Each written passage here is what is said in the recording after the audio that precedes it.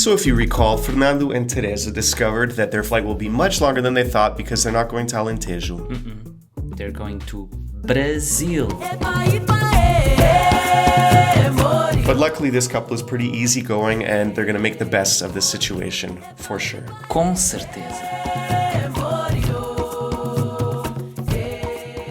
Olha, agora também já não dá para fazer nada, é o que é. Olha, deixa lá, aproveitamos o calor, vamos para o Brasil. Olha que bom, que eu ainda vou usar o meu triquini que está na mala, que eu comprei lá na feira, os teus calções dos saltos que íamos para a piscina do hotel lá do Alentejo. Agora é dar tudo no Brasil. E agora já entendo porque é que há refeição a bordo. Por falar em refeição a bordo, eu acho que vem aí a refeição. Oh. Ai, que bom, ai, Oh. que fome. Oh, Fernando, realmente, pá. Ai. Mealtime. You never know what you're going to get in the little containers. Actually, that's my favorite part. I'm always so excited to discover like what's inside those little boxes they give us. Is it going to be a salad? Salada, A dessert? sobremesa, A soup? sopa, and they all come in this little tray, Bandeja? bandeja. Okay.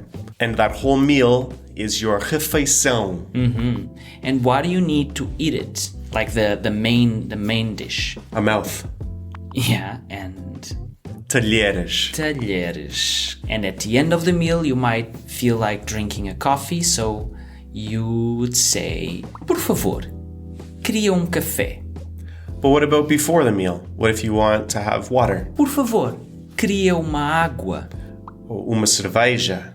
Ou vinho tinto. Vinho português. Português, sempre. During the meals, when Joel wants to go to the bathroom. No, you can't because the cart's in the aisle. But if I had to, then that would be casa de banho.